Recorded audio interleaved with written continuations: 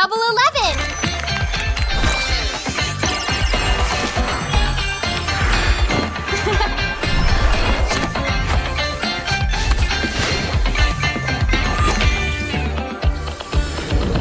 Amazing prices! Amazing styles!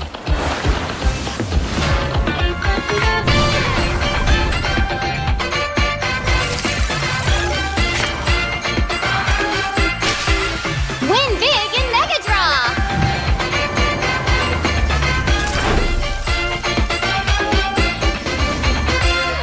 Lowest prices, incredible benefits!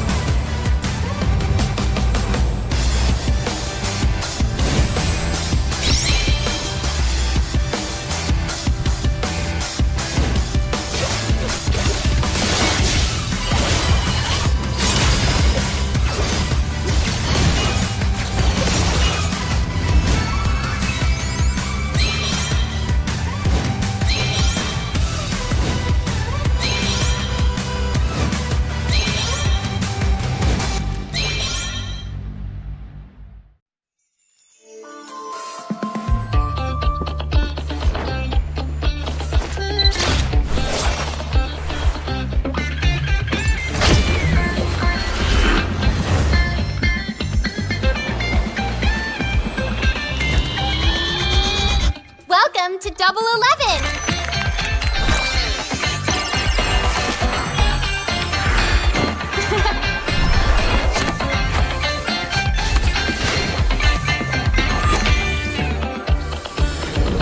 Amazing prices, amazing styles!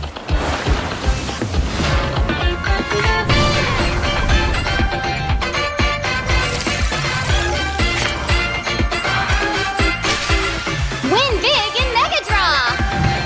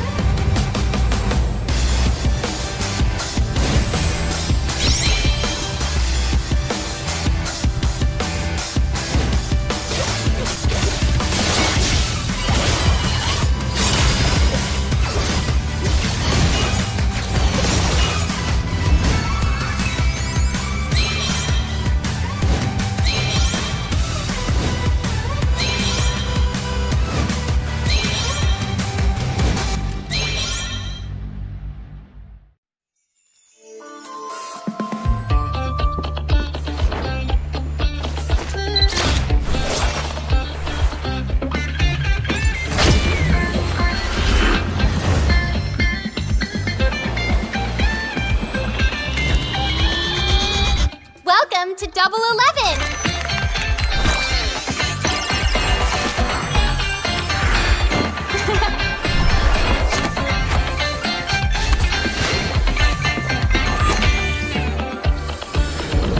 Amazing prices! Amazing styles!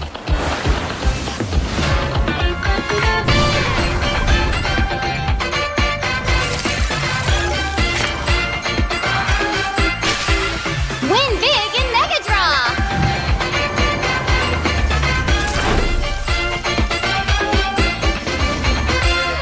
Lowest prices, incredible benefits.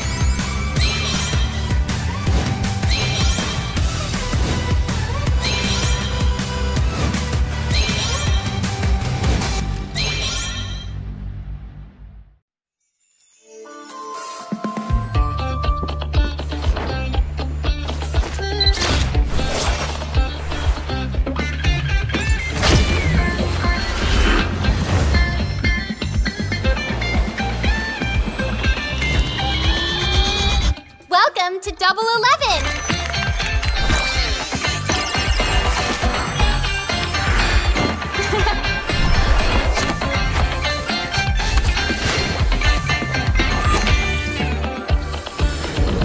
Amazing prices, amazing styles!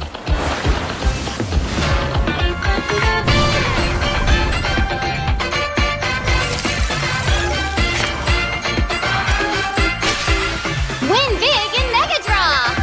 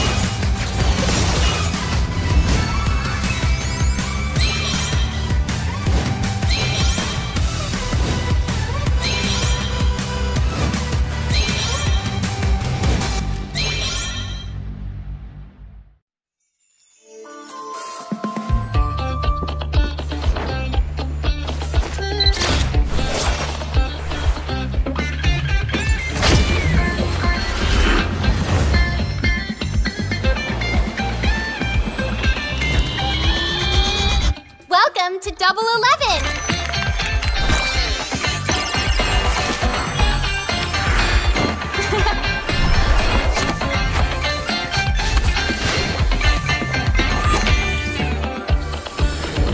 Amazing prices! Amazing styles!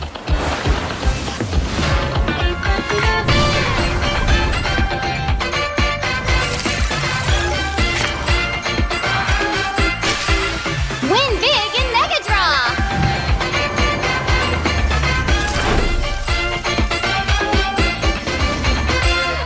Lowest prices, incredible benefits.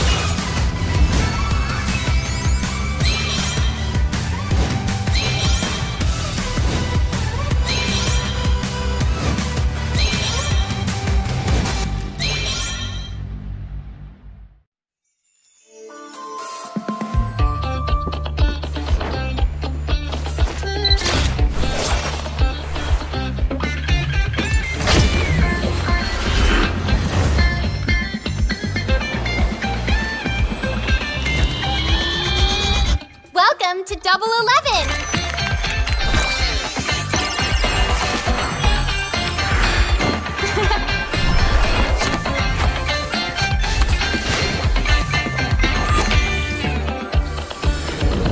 Amazing prices, amazing styles!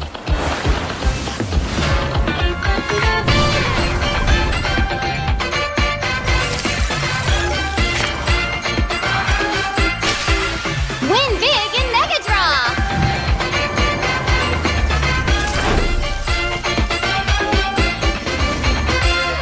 Lowest prices, incredible benefits.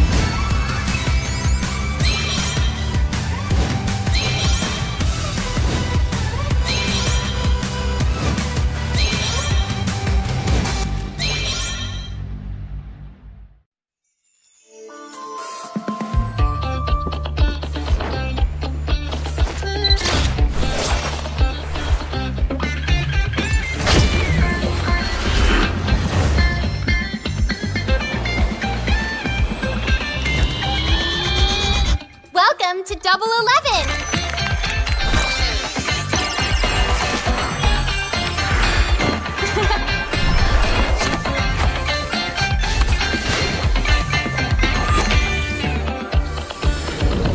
Amazing prices! Amazing styles!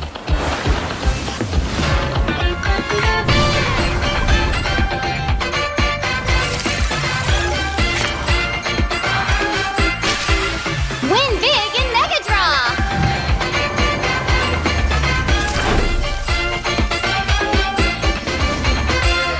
Lowest prices, incredible benefits.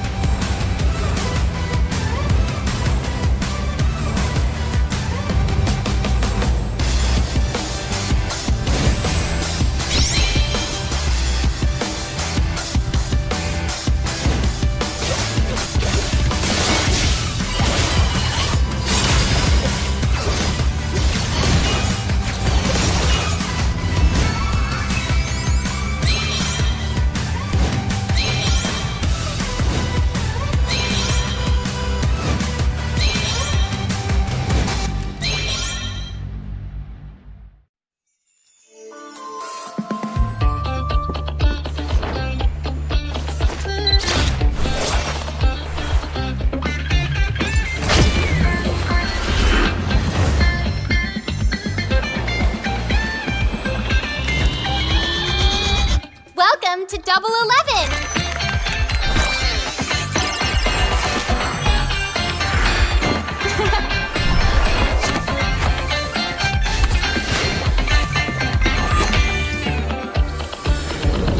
Amazing prices, amazing styles!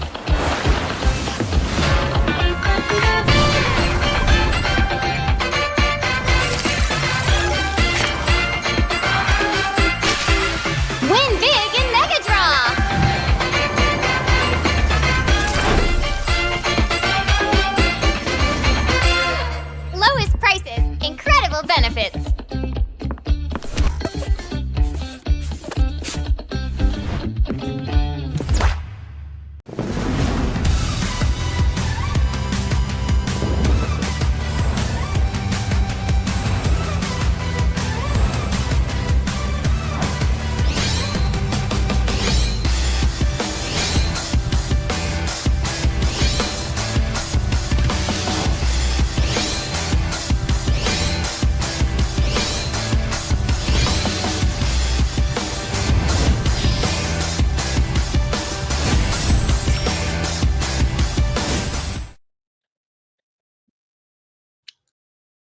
Good evening, ladies and gentlemen. As you can see, we are back here again for the Queen's Legacy series brought to you by Wardrums, of course. And now, as you all have been waiting, this is the upper bracket semifinals, and we have two of the best teams that we have in this tournament so far. They're going to be playing against each other in this best of three series, and of course, we have a nine Meow Meow with a very good run that they had in this tournament so far. And onto the other side is going to be MegaCon Apricity. They have been amazing in their performance, showing what they can do with the versatile draft and very good synergy. You know what, Sindhu? You're here with me Mm-hmm. today. These two Yeah, finally. teams have they are so amazing in the runs that they had. It's like, the battles of the Titans. Is it fitting to use Titans here in Queen's tournament? I mean, Titans are gender neutral, right? So I guess it's all Okay. okay to use that. But I mean, let's just say, okay, these are uncrowned princesses, okay, princess or queens, right? I mean, queen is a woman that has been crowned, so let's just say they are uncrowned princesses waiting for that crown. That's why this queen legacy is out there, right? This is just a season one, but we need somebody to actually take up the throne. So Yeah. let's just say these titans will be the one who actually will take the throne, so no more queen, right? I'm just kidding. But hey, have watched 9mm play. Of course, there are some people, I mean, some players, some of the girls who stood out to me, star performers. Mhm. But I Mhm. feel it's not only because of them that the team stands out for, it's also the way the other players or the other members can actually complement their play style. That Yeah. gives them so much room and so much space to actually play around. And for the side of Megatron, I have not watched the games, unfortunately. So I would love for you to tell me, how are they doing so far? Given the fact they're already in the upper bracket, means that they're doing great, right? They are absolutely amazing because, like I already mentioned, their versatility has always been their strong suit. You'll never know what you'll be getting onto their lane as well. Like some there's for nine Meow Meow, I think their signature got to be the Fanny, right? We already seen what the Fanny can do, and yeah, of course it's Ada. But for Megatron, they are in such a they have this versatility into their play style where they do not reign in just one hero. They are more accurate when they have those synergy going on for them, when they have those situation picks into the draft as well. So this is why I would like to think that they are one of the most versatile team in this tournament so far, because they have the big hero pool too, and they have the ways to try to counter out those picks that they usually see. And yeah, when you have this kind of strong suit onto your side, right, you got to have that second pick advantage most of the times on Megatron. They usually win in that round. So time around, I hope they do this. Two teams, both of these teams, they have two different personalities in their squad style.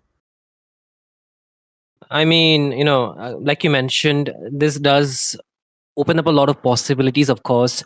And I've noticed one thing: these teams, they do not stick to what we have put up as the meta. Especially, a Mhm. lot of the times they do like to go for their comfort picks. Some of them have their own signature heroes too. So these add so much flavor or so much element to their existing draft, right?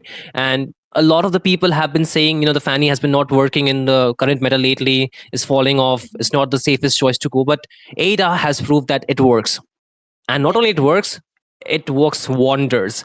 And I feel, picks like this, the heroes or those pocket picks actually can Mhm. add so many different layers, because if you have been watching most of the boys tournaments, then I feel you will see this fact that the teams, they do like to go for what we call the meta. So they are very used to seeing these heroes being played, how they can be Mhm. countered.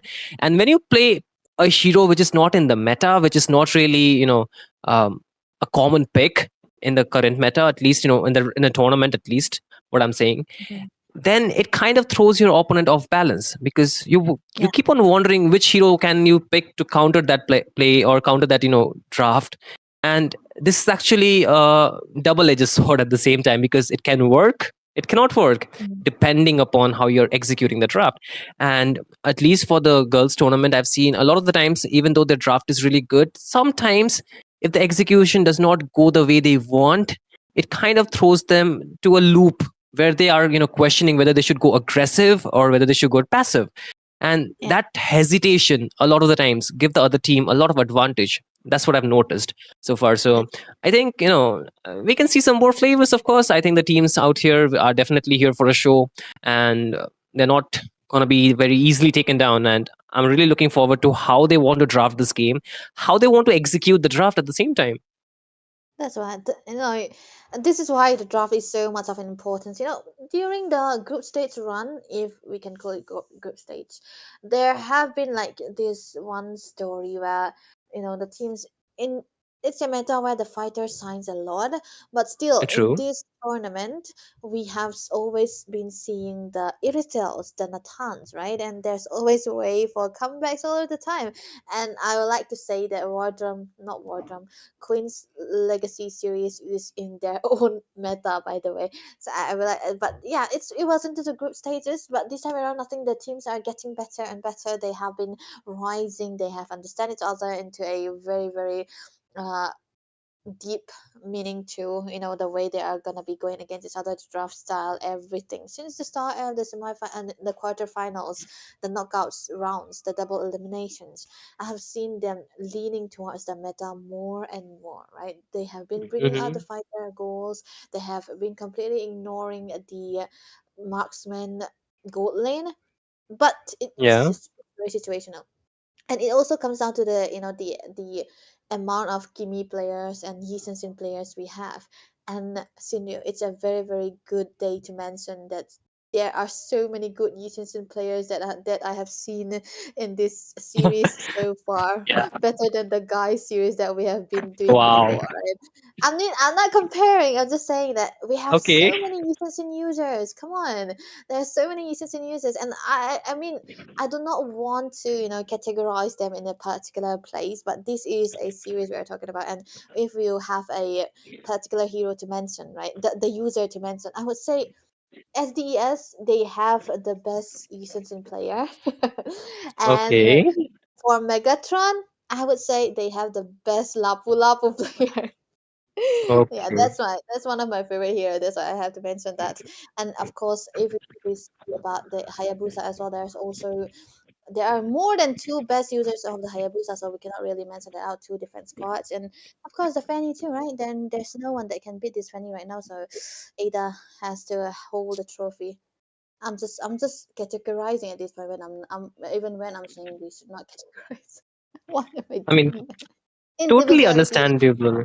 Let's just say these women have set a standard that can be, Yeah. that can be really a benchmark for us to actually set a standard for even ourselves where we want to see the other players play. It's not Mhm. just it's a girls, like it's only a girl specific tournament. That does not really keep us, that cannot actually, make us not compare them to the guys. But this is not about comparison. It's about, highlighting how, mechanically good they are, to put them at the equivalent stage where the guys can also be compared alongside them. It's not that, they're any less. It's not that the guys are bad. It's like they're Mhm. doing really good in their own field, in their own tournaments that they're supposed to play in. And this really adds so much flavor. Of course, I do understand, because these benchmarks will really really put us at a high Yeah. expectations, and also from the players themselves, right? Once they have really played good games, we would also expect them to do similar or even better for the next game. And given that the reputation these players have, I think they have a lot of fans in the comment section. They always come. I've seen, uh 9mm, they have a lot of fans. Even Miss Mizoram has a lot of fan base. So these people have been constantly there and constantly supporting them, and I feel that is so important for these players too. So, in a way or not, this expectations that we are talking about can be a bit detrimental, because they are expected to perform, they're expected to play good. If they don't, then, the fans get upset, they get upset at the same time. So this kind of mentality in the game, but I hope it does not affect too much to a way that, they kind of start throwing the game. Because not every day you can perform the same, that is a given thing. But at the same time, I believe if they can perform very well as a team, that's where it matters. Sometimes your individual play does not really needs to be outstanding for your team to win, isn't it? Mhm. Yeah. This is why it's important that you gotta stay strong together as a team as well. But yeah, we do have seen, if we talk about the team here, I feel like this series has been more of a macro oriented rather than micro, because most of the Hmm. time when you have seen when if you see the gameplays of the players here, the squads that we have had so far, they are more well versed when they are playing discipline. They don't love to go brawl, but there's a rare scenario of brawling here and there. But most of the time, if you can Hmm. see, they are much more into going for discipline style. They don't usually throw the games. That's why the games are usually very long. Above 20 Hmm. minutes have been casted before. It was a Oh, best of three series also. It yeah, was, and you would be shocked because the kill counts did not even cross 20.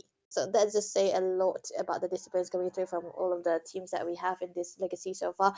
And I feel like it's this is also the reason why the macro factor is very important for both of the teams. Micro, you got to have the micro, of course, definitely important. One of the true. best thing you can have in the tournament, into the game. But also, like I said, this tournament is very macro oriented, and one of the best macro players got to be Miss Mizoram, because they have been so good into the discipline. And if we talk about micro, 9mm have that, right, but they are very vulnerable to trolls.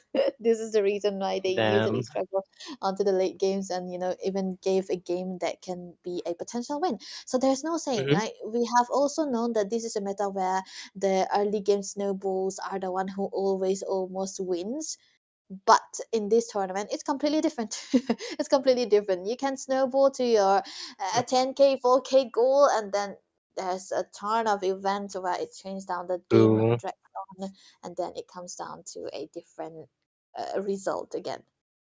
Absolutely. And you know what, Debbie? I think a lot of us would be wondering why there is 1 point already in the side of Megatron code Apricity. It's not a glitch, it's not a mistake, guys. It's just that 9mm, that is 9 Meow Meow, they could not present themselves on time, meaning that they'll have lost one crucial point in this best of the series. And this is going to be hampering a lot.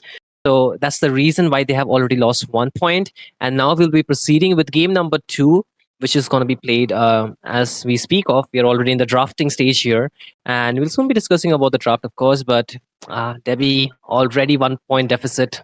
What do you have to say about that?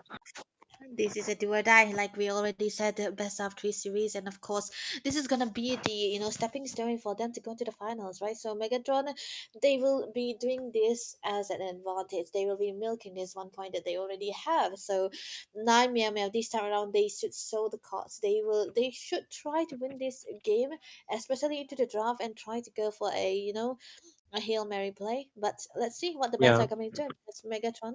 They are onto the blue side, which means they have the first pick, better than never. And 9 Meow Meow will be onto the second pick. At least gone, our lot removed, and even the Fredrin too. Yeah, I mean, banning the bans are so far so good. I would expect few other heroes like the Angela to be also get banned here. But surprisingly, it's still open. They're trying to lock down the EXP lane a little bit here with two heroes being directed towards that. Even the jungle this time getting banned. The Baxia will remain open here. Even the Lancelot. Okay, the Baxia gets banned. The Angela is open. The Lancelot is open. The Ascension is open. And even some of the most common picks of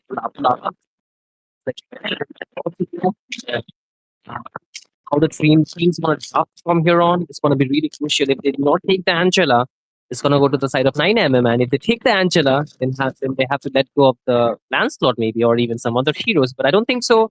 9mm are keen on picking on the Lancelot, isn't it? Yeah, this is actually why it's crucial to have the good bands. The fact that the Fanny is still out there for grass for 9mm, it could be good. But hey, like we already talked into the before the draft, the Nathan has been a complete popular popular hero. It's more popular than the Iritel. And this is saying a lot that Megatron are the one first picking the Nathan, when Lunabe is more, well versed onto the Iritel. She love playing the Iritel and is also good at that hero. But yeah, Nathan, man, he cannot. Nothing can go wrong with the Nathan.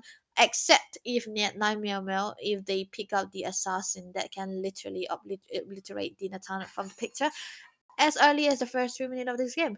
But Gatot is gonna be the priority that they are looking for. It definitely has to go into the roam, right? And a mid lane Hmm. Angela. So they kind of need a magic into the goal or the jungle. I don't prefer actually going for the Harith in the goal lane against the Nathan because it kind of gets counter out. It's difficult to play against the Nathan given the fact he has a lot of attack speed and even the damage increases exponentially out here. Kimi as well as Grog gets picked by the side of Oh, Megatron for the Precity, and that's a really strong mid too, and even more magic damage being added to their already existing composition. And the Lancelot actually comes into the picture. Ada will actually pick up the Lancelot. I'm kind of surprised. I did not expect that. I know the fact that she plays the assassin, but I was yeah. thinking that she's not keen on picking that for sure. Yeah, like it's true, it's true. She have more matches on Fanny than the than the Lancelot. I'm pretty surprised she went for this as well because the Fanny could have been a very very great choice. But then again, the Grok is such a hindrance for any kind of assassin jungles. So you want to have Uh, a little bit of a mobility as well as an immunity, right? Because yeah, that's what True. you want when you are against a Grok too. And the Lancelot does cover all of those, so it's kind of good. It's good here for 9 Meow Meow. But then again, they are gonna be lacking a little bit of magic, right? Because Megatron they already banned out the Elise, so I don't think Nine Meow Meow can go for the Elise into the XP lane again into the hands of Nancy. And of course, for Nine Meow Meow they have to remove all the jungle as well. Panda, she love playing the Amon man. See, they have Mm. this combination where the Amon is very very crucial for them. They kind of have to win games onto the Amon as well, so it's kind of one of the most important hero they kind of wanna go for. And the fact that two of the utilities are taken away, Sindhu, I think they are kind of forcing each other to play assassin or SS assassin to the jungle. Yeah, I mean, I think for Nancy, she has to pick something else because even the Alice is off the table for now. So Mm. what will she go for? It's still a question. The Lapu Lapu is open. That could be a probable pick.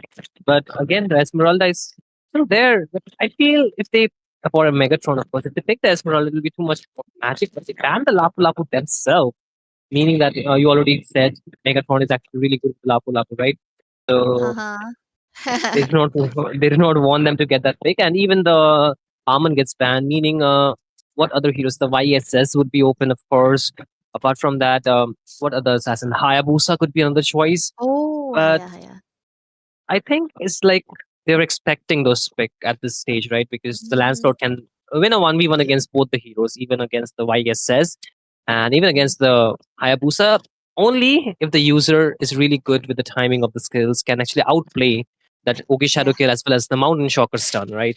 So the Mm, Dauntless Fleet has to be kind of countered, and even the Ogi Shadow Kill, and all that needs to be done pretty properly. And you were mentioning about the magic. I think banning of the Kadita was not really important. Like most likely, this Angela should be a mid because if it's a oh, Rome Angela against that Drock, it will be really difficult. But a Yuzong coming into the picture is really, really going to make things interesting.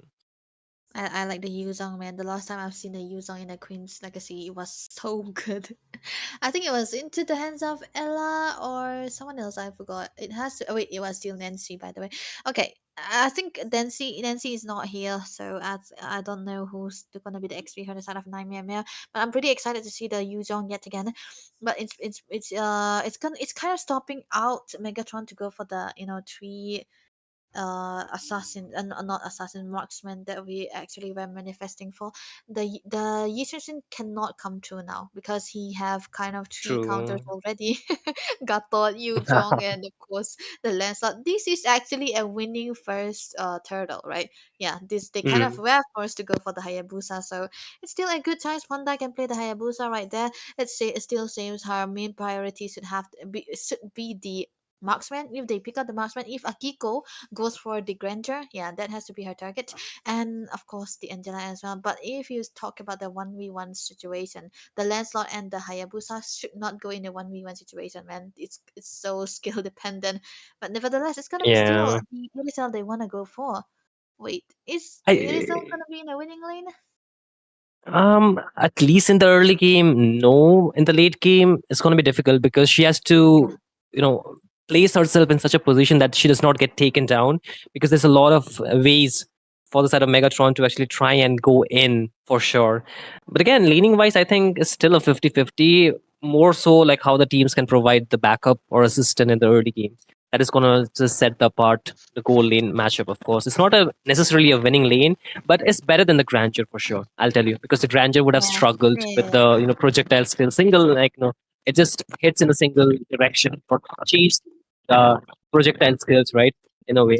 So that would have been a Mm. problem. So I do like the Irithel. I was expecting maybe they could have gone for the Claude.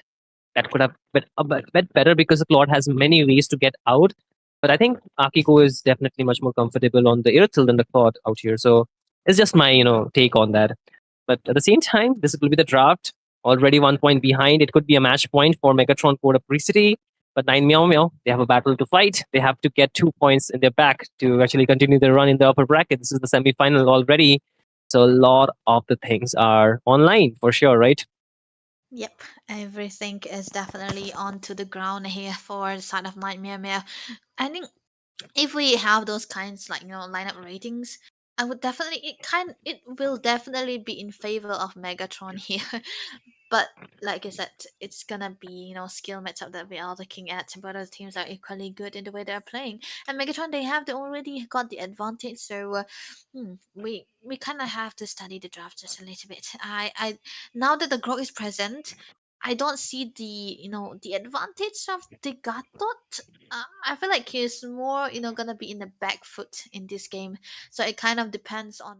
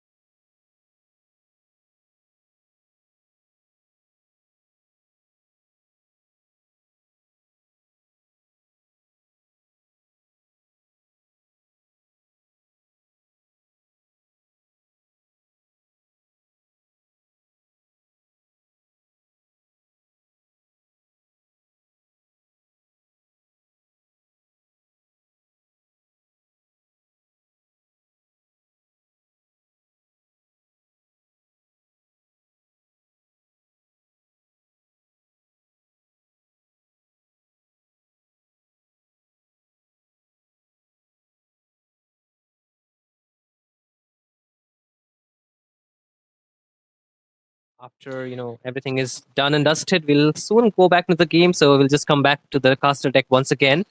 And like you mentioned, the spells they're gonna matter. But do you think Flicker will be saving or solving all the problems for the type of dive both of these teams have?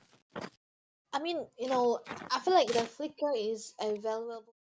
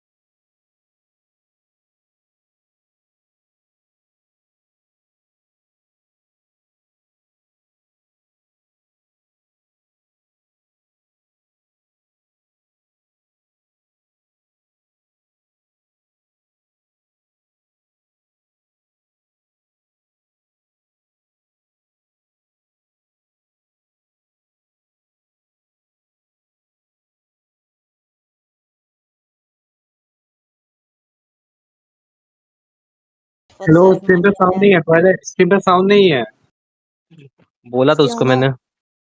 कब से बोल रहा हूँ toilet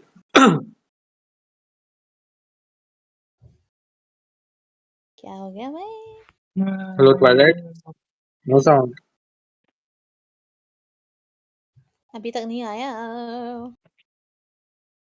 Twilight Text can कर not low. Here from. करो. रुको रुको, उसको दूसरा अकाउंट को टैग करना पड़ेगा।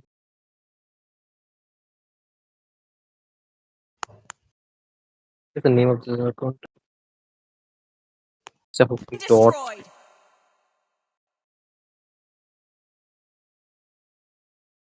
Oh my god, stream.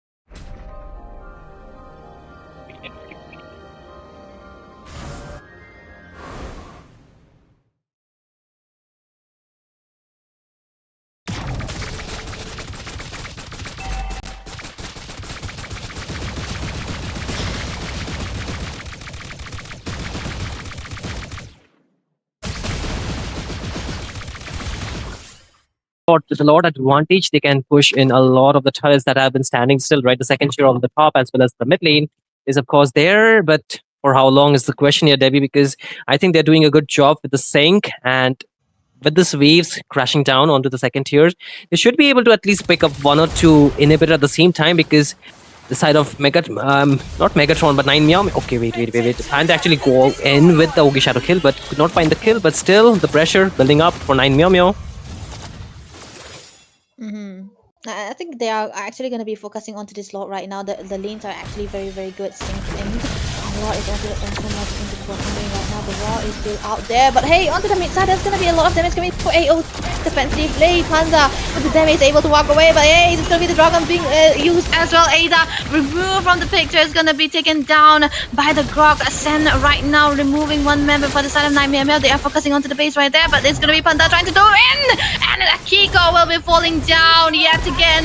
But onto the other hand, Luna be able to get a kill onto Karapai as well. The minions are onto the mid side. Only two survivors. No good clears for the side of 9 Meow Meow. Luna Bay and the tech dress able to get it done. The damage is in, but the base is what they want to focus on. Megatron caught adversity with a clean sweep.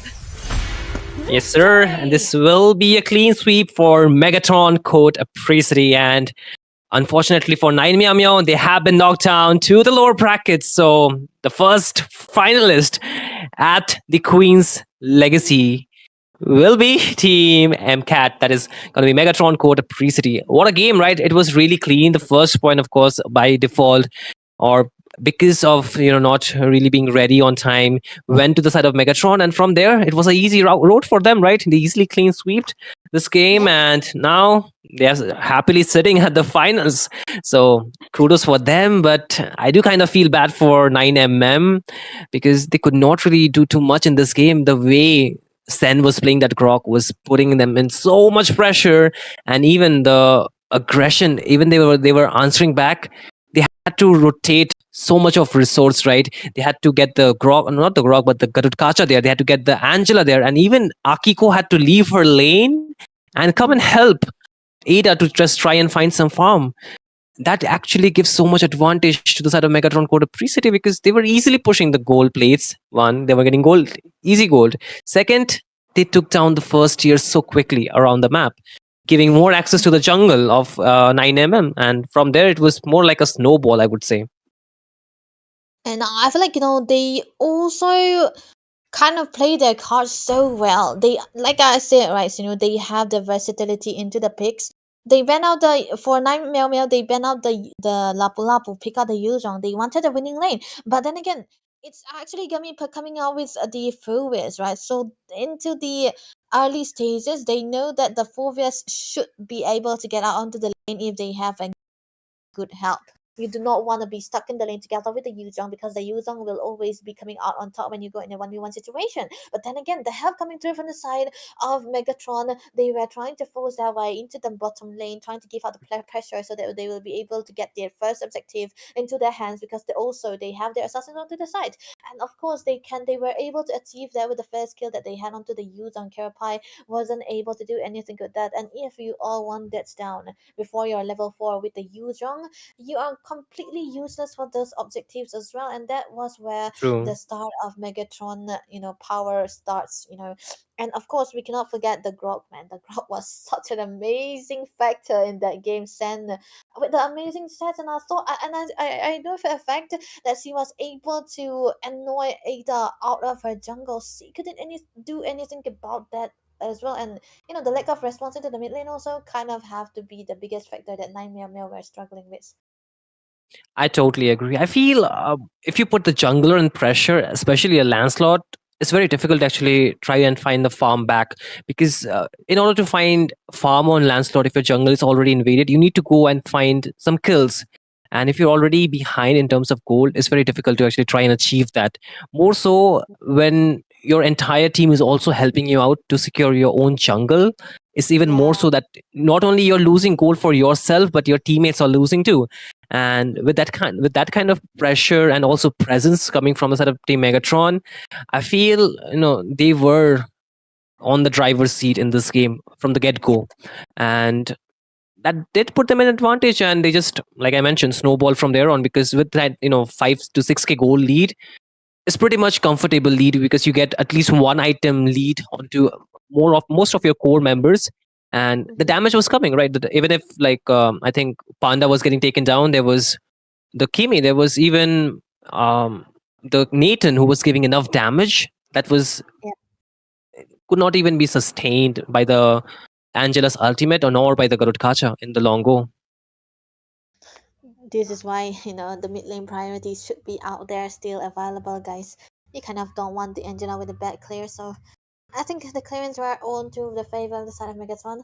But hey, this was a best of 3 series, right? And it was a clean sweep that we have witnessed, which Nightmare Mill weren't. They usually don't get clean swept, but I feel like Megatron, they showed us that they are the better team in the upper bracket finals. I've been saying upper finals, man. Upper bracket finals. But hey, it's still gonna be a chance for 9 because we have another lower bracket semifinals into the for another best of 3 that we're gonna be having, and they will be able to find their opponent with the loser here for the next best of 3 series. So stay Yep. tuned for that, because we'll be coming back for more. And yeah, both the teams this time around will be having the chances. But congratulations to Megaton again for being the first girls team in this tournament to be qualified for the finals. Yep. And ladies and gentlemen, please stay tuned for the next match. It's going to be Shadow Esports Novas versus Yarichin Bish Club. So, Bish Club, actually, my bad, not club, is club. Oh, So, we'll see. We'll see how they actually fare, because at least for 9 Meow Meow, they had a second chance. But for them, it will be a do or die. It's a very important match, because a lot of things are again online for this one. So we'll see how it goes. Like I mentioned, thrice this time, we'll see how it goes. Yeah, that's the last sentence that I'm saying at this point. But yeah, for now, Debbie and me will be taking a leave from this stage, that is like this casting, but there will be more casters joining you for the next matches. So do stay tuned. We'll be back soon enough, and hopefully you're there to support your favorite girls and also support Warzone games by liking the stream and also sharing it to your friends so they can also watch as well. So see you guys on the other end.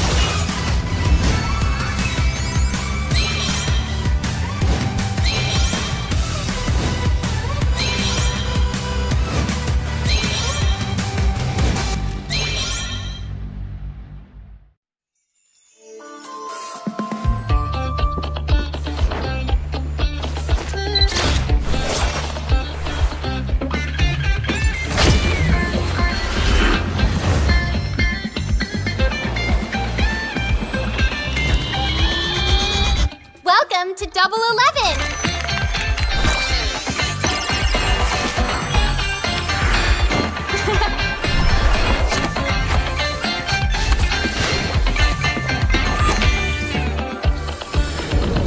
Amazing prices, amazing styles!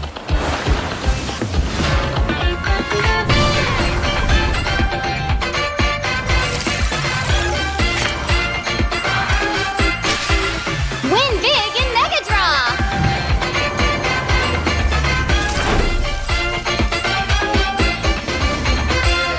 Lowest prices, incredible benefits.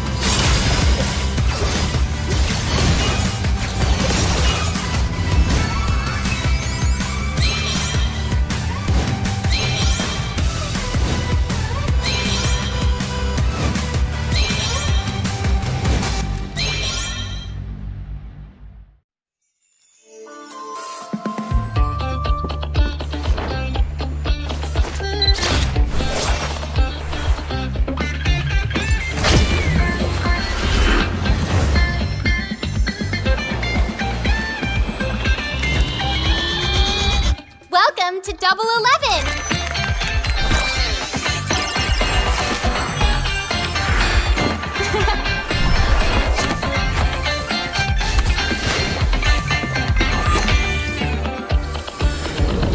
Amazing prices, amazing styles!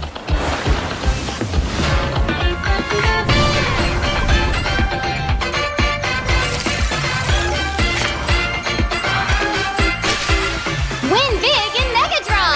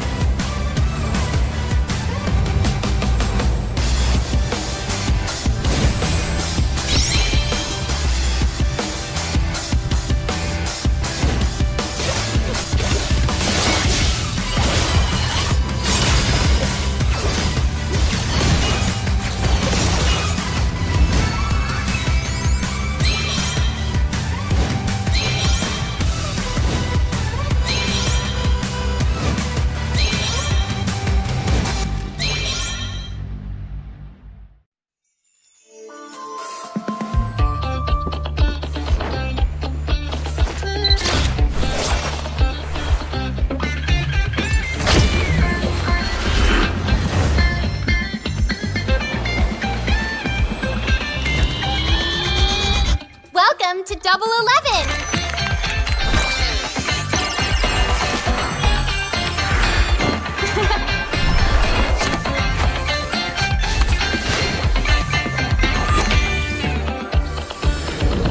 Amazing prices! Amazing styles!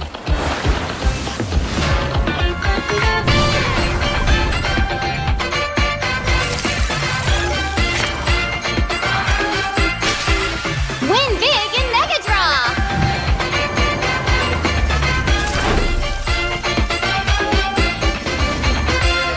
Lowest prices, incredible benefits.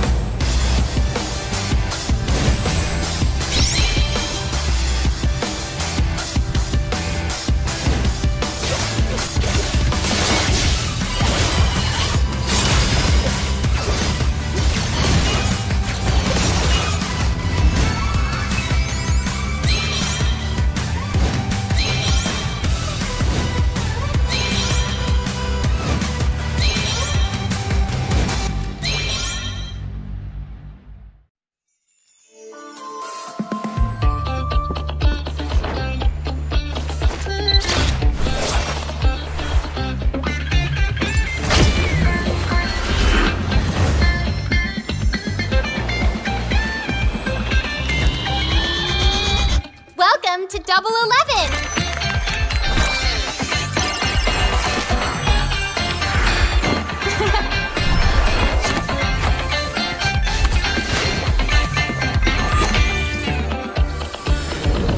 Amazing prices, amazing styles!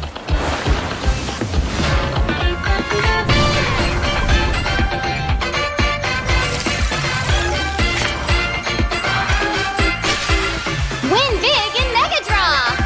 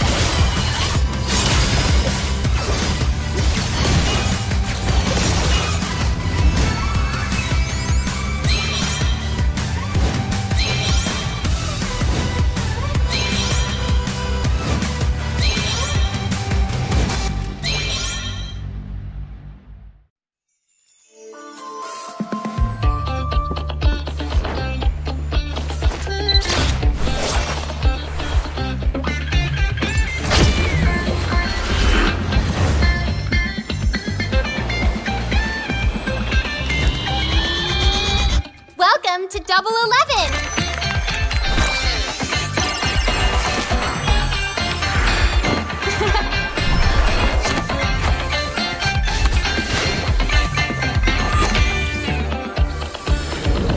Amazing prices, amazing styles!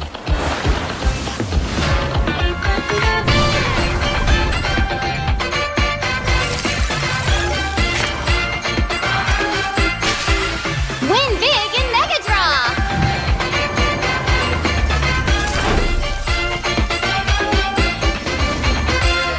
Lowest prices, incredible benefits.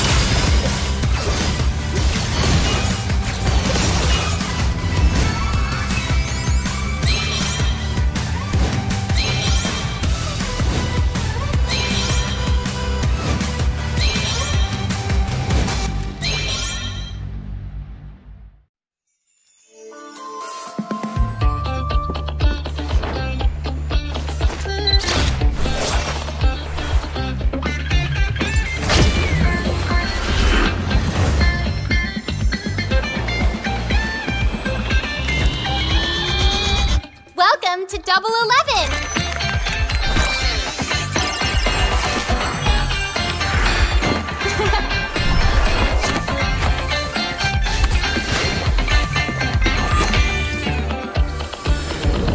Amazing prices, amazing styles!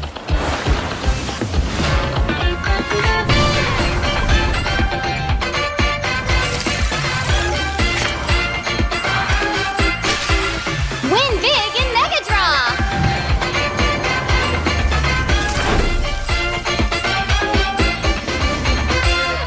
Lowest prices, incredible benefits.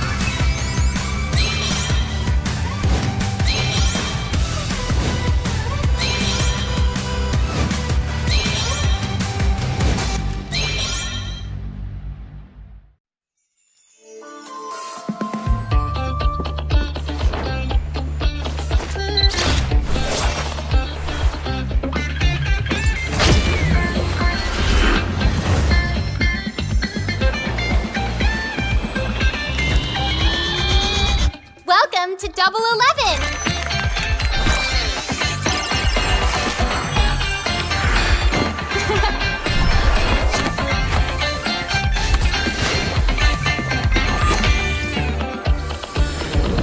Amazing prices.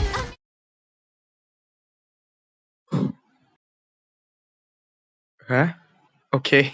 Good evening, ladies and gentlemen, and welcome back to Queen's Legacy series powered by Wardrum Games, one of the biggest prize pool of female tournament in Moba 5v5 scene. That is 20,000 cash and 10,000 diamonds prize pool, obviously. And now, my beautiful face will be there in the panel. Me, your boy STZ in the casting deck with my favorite co-caster, none other than Debbie, Miss Beautiful, will be there for lasting out the game of Shadow Esports Novas versus Team YB Club. Okay, let me tell this to everybody that I'm not deliberately taking YB Club matches, but I love to take their matches because I really love how Nexon plays jungle. I mean, this girl is so good with the land. Yesterday, she was so good with the Julian. This girl is a full package of jungling, and she likes to play my favorite heroes, obviously. Taking the casting for Nexon, and all the best, Team YB Club. All the best, Team Shadow Esports Nova. The draft is on. We can see the Julian and the Lancelot. Two respect bands toward next gen. At the same time, the CC got into the pick list. Debbie, anything else coming into the pick? If you talk about your favorites, jungle next, then I would say for me it has to be Clara here because respect ban for YBC as well. They banned away her Hayabusa, so that's what we are going for. Right? We are going in the opposite direction and this time around with our favorite the jungles. But here, I think CC is a very solid first pick, and you know what?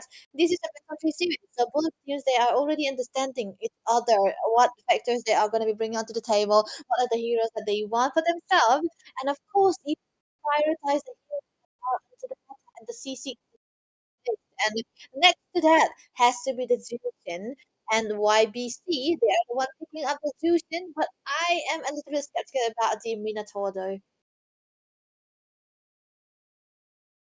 Yeah. And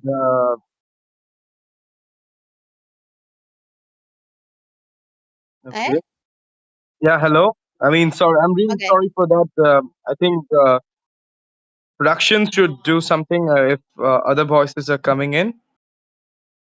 Twilight? Okay, okay. Yeah, thank It's you. okay. Thank you so much for the correction, guys. And with that, we're back into the draft phase, guys. The Jushin got into the hand. They're going for the, I mean, obviously with Priya with the Minotaur, and she's so good with the Mino as well as the Gatotkacha. And throwing out the Gatotkacha to the side of Shadow Esports Novas, I feel like their draft is so good because they got the CC into their hand. And the Gatotkacha's AOG right now reliable onto two people because of the Yeah, curtain call. They're going for those pick of combos here, Debbie, with the Kimi into their hand. It's nowadays, I mean, me and Sarah was talking about this only before the yeah. game we're casting, that nowadays either it is 100% ban onto the Kimi and the Jushin, or else it is like 100% pickup rate to the Kimi and Jushin. These two are so great, and it's more like, I mean, you'll be seeing it frequently into the picking phase, trading themselves with those two teams. But Esmeralda coming in, Debbie, is this a flex, gold, or EXP? Still, I would like to say it's gonna be a flex, but they have to bring out any kind of a scaling jungle onto their side if they want the Esmeralda to go into the goal. But they actually ban out the Yi Shin Shin. And if we talk, last time when we were doing the first game, I actually talked about Clara's Yi Shin Shin. Was the best Yi Shin Shin we have seen in this tournament so far, and I kind of have to respect this. And I was also kind of expecting them for Seto Esports to go for the Yishun first and the Gatot and the Yishun together, right? But then again, they actually let go. They wanted to prioritize onto the mid side before going for the jungle. Very understandable, but nevertheless, we have to see that YBC they might eventually start to go directly for the Esmeralda into the XP because I don't see any scaling into the side unless they had the Lunox into the mid lane, right? But now they have the Zeusin already, so they might eventually try to get for another messing into the jungle, which can be happening. But the Xbox ban is kind of a deny. I feel like the Xbox is highly likely to go into the jungle for YBC, so they are actually removing it out. Three jungle bans already from the side of SDE as in Nervous. Yeah, and with this, it might be a thing like they will be banning out the Fedrin here as well. They don't want those jungle option for Nexon, but I believe like the first game I casted for YB Club, it was the Lancelot show from Nexon. Second, it was like the Julian show. In both of the, I mean, BO3 matches, there was a 2-0 clean sweep against yesterday against yeah, YB Club gave that, and Nexon was playing with Julian. But today something new will be coming up. But as you mentioned, like this is my first game casting for Saro Esports Novas as well. So I'm not sure, like not into their lineup a lot more. I'm not sure, like Clara. You told that Clara is so good with the Ishan Shin, but it got banned. But now a lot of options are open at the same time. They can go with the Joy, they can go with the Fanny as well. So do you think like Fanny is coming in, or Joy, or something else like the Bakshia, Fedrin, or Akai? I would like her to go for the assassins, but now that the assassins two, three of the comforts are already banned, right? It's highly likely that they can go for the utility too, because they already have a very good scaling into the XP side and the mid lane as well. They can go for a double marksman and a utility jungle that can actually work out. But still the CC is still a flex, right? So we cannot really say what's gonna be happening. But YBC Nathan, another popular pick for them. They actually pick out the Nathan yet again, so this is gonna be another scaling heroes onto the gold lane. So like we already know, it's not gonna be the Esmeralda into the flex, it's gonna be the Nathan into the gold lane side. So they wanna go for a little bit of a scaling hero. Now I feel like they have enough magic damage already for YBC. They have to pick out a very good physical damage dealer into the jungle. So STES though, they ban out the Ammon instead. Okay, they are removing out four jungles already. So they are gonna be choking themselves quite a bit. So I feel like this should be a boss yeah for STES unless they want to go for a little bit different hero. If they play the Fanny, I wouldn't mind, man. Yeah, they can go for the fanny pick here as well, as you mentioned, and even they can go for something else. But no, they are going with the utility Akai jungle for Clara. At the Okay. same time, CZA is going for the Irithel against an Atan. Okay, you have the range for yourself, but you know what? It's a scaling draft from Team Shadow Esports Nova. They need to scale a lot more because the early phase, it will just the Kimmy there who can ditch out some damage. But other than that, who is there? Like CC? Okay, you got the Esmeralda in front of you, or maybe the Esmeralda is like gonna have the upper hand against you in the early phase. But that's the thing I'm talking about scaling. Let's see the Oh, last pick, the jungle for what YBC. is? Damn. Oh, I mean, we did say we wanted the physical, right? But not the mortis, man. I feel like this. Okay, never mind. It can work out. Anything can work out in this tournament because everything worked. It's always coming down to the macro in this legacy so far, which we have witnessed already. But yeah, I think the mortis did make up for the lack of the physical damages that we are looking for. But then again, the Martyrs against this Akai, I think it's the early game is definitely going to be important for any kind of fighter heroes. The tank can actually do well. She can play for a little bit of a gold lane side in the mid here. It's gonna be okay. But hey, I feel like the Martyrs kind of need to snowball. If he does not go for the snowball and the sky piece out and those decimation stacks, I don't think he'll be able to do well. So it comes down to the early game, especially the first two turtles, hmm, on how YBC will be able to perform. okay. It's like more like Althea will be playing the mid lane. Qling will be onto the gold, and Qme she will be onto the EXP. Okay, like Qme is so good with the Lunox as well. So I believe like she could have played the Lunox mid. Althea yesterday she was playing so good with the EXP. So today let's see like YBC is already set for this game with the Shadow Esports Nova. They're also here after a long like planning and strategy. So let's see this BO3 series is going to hit up, guys, because it will be these two teams playing against each other for the BO3. And the first set is about to come. And they got the Martis jungle, and I'm going to see a Martis jungle after ages, Debbie. And we all know that the first 10 minutes is so crucial for a Martis jungler because he need to scale up at that time. Because I mean, she needs to scale up at this time. It's more like the early game snowball will give you the late game rewards. So let's see, guys, who will be taking on the crown here. The two, five, five, 10 queens are ready here. and there will only 5 queens who will be crowned as the winner. Yep. And the fact that this is the lower brackets, as it's gonna be a do or die situation for them, only the winner will be able to make their run for the money into this tournament, and they'll be able to stay here. But it's gonna be a knocked out elimination for the loser. So this best of three is crucial for both of the teams, and I feel like we have already known these two teams. They have been able to perform so well with the runs that they had into this Queen Legacy, and the fact that the most gatots that I have seen in this tournament has been mainly into the hands of Henny SDES. I mean, 10 times of 10 times. I feel like ten games that they had, 9 times he played the Gatot, and 1 time he played the Hylos. So it also has a very good win rate. She have a very good win rate with the Gatot, so I'm not complaining. A very, very good pick too. But the fact that YBC, they have a very, very good late game security, right? The Natan is there. But they require that early game because of the Martis, and it kind of dependent on how the Esmeralda is able to win out into the lane, that the first objective will be onto her uh duty, right? The turtle. If the XP wins out against this composition, which I don't think she would, because CC is so good in trying to scale into the lane, right? So we'll have to see how they will be able to win out into that lane matchup. Yep. And I think we need some more time. It's more like for the preparation. Some issues comes up for the teams, I believe. So we'll be heading into the game soon. But talking about the draft, guys, it's more like Shadow Esports Nova is having a little bit, you can say, upper hand type of draft. Even though their draft is scaling draft, I mean, the Iratal needs to scale up in the late game.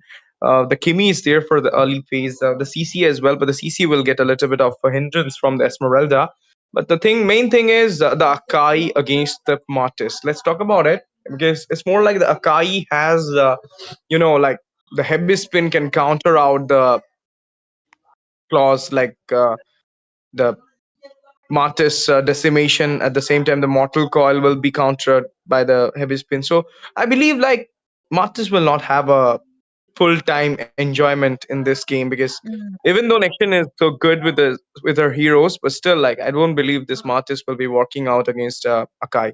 You could have gone with a yeah, Fanny Joy. Somehow you could have Joy. give some two damage, or you can give some good penetration type of damage to the utility jungler.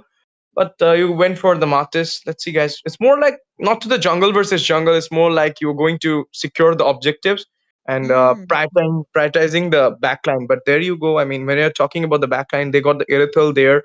She will have the sprint, or maybe with the flicker. The heavy crossbow will be another thing. Like it can help her to comes out from the bad positioning as well. So the draft is kind of skeptical. I can't say like 50-50. You can say yeah. 50-50 for both the sides. It's more over to the execution part, how both the sides will execute.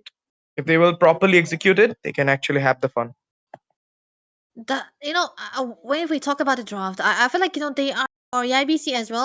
YBC, they ban out 2 jungles, right? They ban out the Hayabusa and the Yisensin altogether, which is more of a comfort for Clara.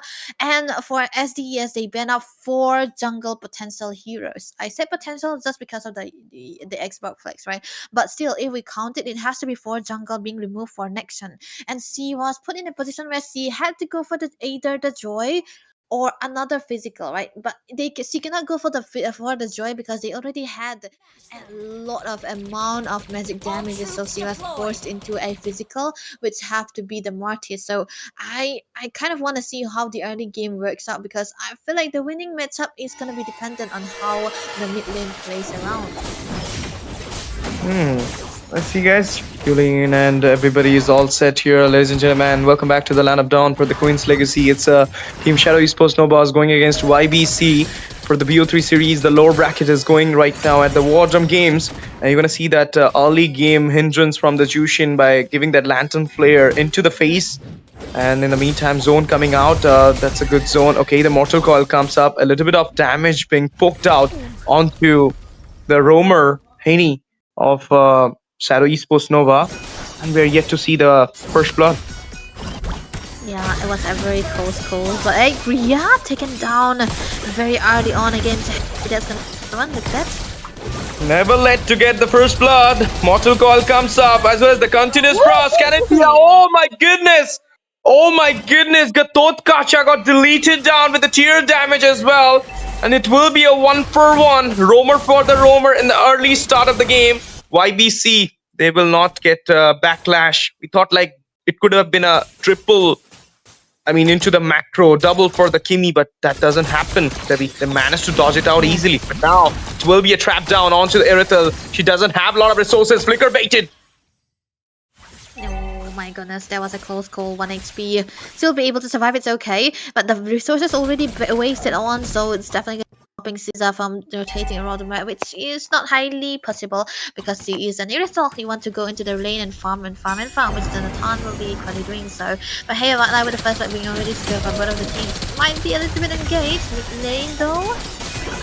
Yeah, the Lantern Flare coming in, and now the Mortal Coil as well. Decimation, Traction Pulse used. It will be the Minotaur. Priya falls down in the hand of RU, and double will be secured. Well, on to Nexion. Can it be a triple? No! Clara will be the one securing the kill onto Althea. 3-man down with a 4 trade coming onto the micro. GG.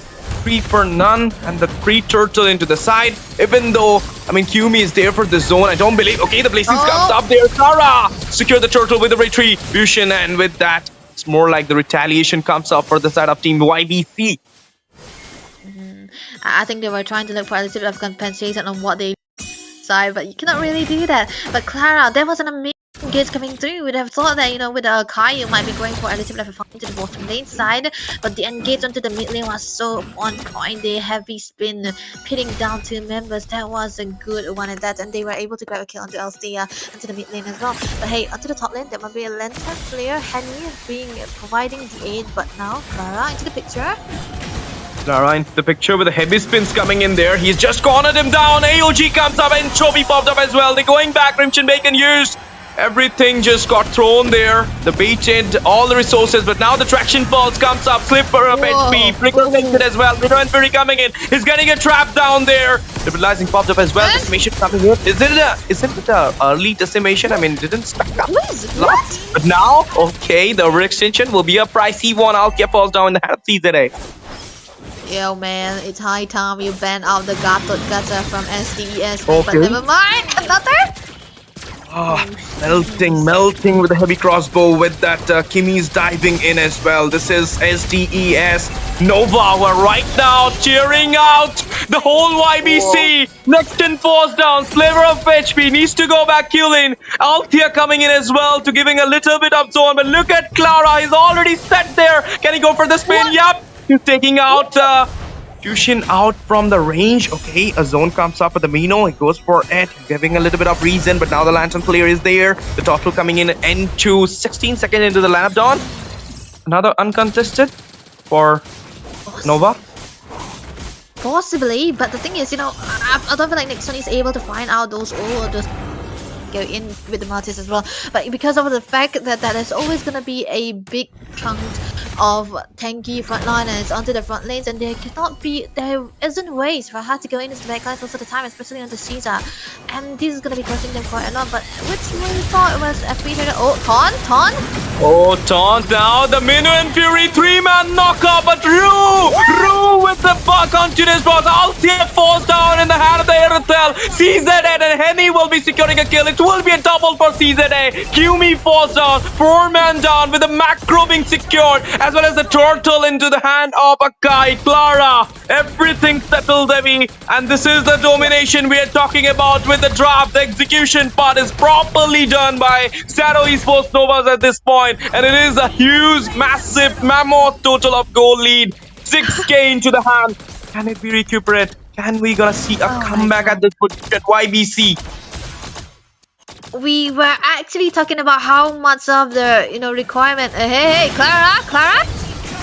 Clara right now cornered him down once again. The Natan with the entropy goes back there, but the heavy crossbow, the damage being ditching out, being fetching onto that Natan, will be securing the kill onto her. Of course. Oh my god. This is Nova really playing so well from the very beginning of the game. You know what, Ash, I got to be honest with you. I've been more favoring Clara onto the assassins, but now she's just being such a menace with this Akai, able to walk in, going for the engage, all onto the best possible members she can find as well. And this is gonna be opening up a lot of spaces for the side of SDS, but never mind, there might be a little bit of an invasion through. Action Pearls. Just a poke though. Okay, it's a poke here and there, but I feel like okay, Nexon did secure onto the blue buff here, so it's gonna be an okay matchup. But Iris right now able to get. Oh wait, look at that.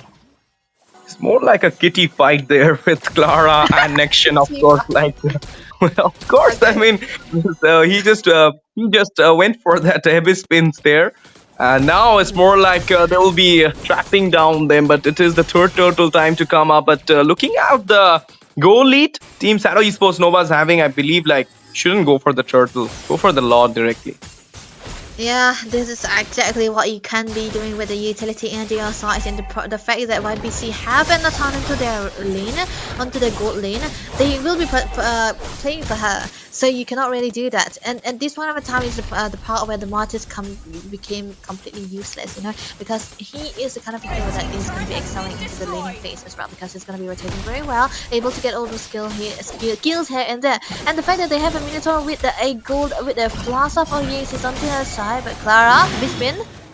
Okay, B-spins once again coming up. They're again zoning out. Traction balls capturing there. Okay, the Crimson making about to pop up, but the AOG coming in. RU will be securing Unstoppable. The Mortal Coil used to go back, but Monster from Caesare double secured. Gatot falls down in the hand of Althea. Althea getting trapped down there. Flicker baited as well. She dodging it out, but I don't think so, because it will be Rue securing the monster onto Althea. 4-man down with 1 from the side of Shadow Esports Nova. GG trade coming in. 8:1 is the ratio for Micro. Oh my god, this is a 7k, 8k gold lead that has been accumulated by SDS, and they are completely ignoring the turtle and taking directly for the Lord here, because they know that they are a competition which is more better for the mid to the late game, and they do not want to drag the game as fast as possible, because they know that the ton was gonna be, a menace. And the fact that, Priya is still not having any kind of tanky defense items, she's not gonna be able to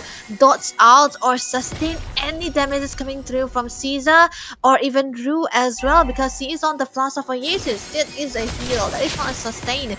And when you are on a mid tournament, when you don't have that early game and the defense items, it is a very, very squishy hero. And she is right now the main front line, because I felt like Kiyomi hasn't been able to be out of the lane because he's being cornered most of the time by Itsu with the CC. There's gonna be one resource already being born, a nice one at that, because the Lord is already coming in from the bottom lane again, Ash, and they are lacking one resources for the side of YBC already. Okay, now they're going for the damage here. Mortis with the Mortal Coil back down there, as well as we're gonna see the Vengeance popped up. It will be CC slaying out the Jushin there. Macro will be secure onto the tier 2 into the mid. Everything is clear at this point. The Lord marching in there into the elevator. AOG coming up, but it will be a disengage one. And in the meantime, we're gonna see the knockoff from the Minnow and Fury. The Lord still marching in there. A lot of damage being dished out, but Rue securing the Godlike there, as well as the backdoor entry coming out for the Kai, but it will be deleted down with the base damage. Double secured. 2 members starting there. Triple for Rue. Can it be a Maniac at this point? She's trying her best to grab up the Maniac, but locking down the base here. Oh my goodness! Maniac legendary for Rue there, even though the flicker comes up, but then the damage was so good. It was lining in chop tip, but then Minotaur doomed. The base is still standing strong with you can say, sliver of health. It can be broken down easily. That's what, man. If you talk about Doom, YBC is definitely doomed here, because 21-4 is right now. If we can see, and 10k gold to the hands of SDS Nervous. This game is basically all a stampede that we are seeing right now, and of course Skype's stacks into the hands of Rue, definitely gonna be 80 stacks right now. And since the main damage sources that we have, and then of course Caesar has been amazing. She's the one maneuvering all over the place, trying to get out the damage, and it's the finisher that Rue has been onto the Sky Pacer that is, sees us being the executioner here and then.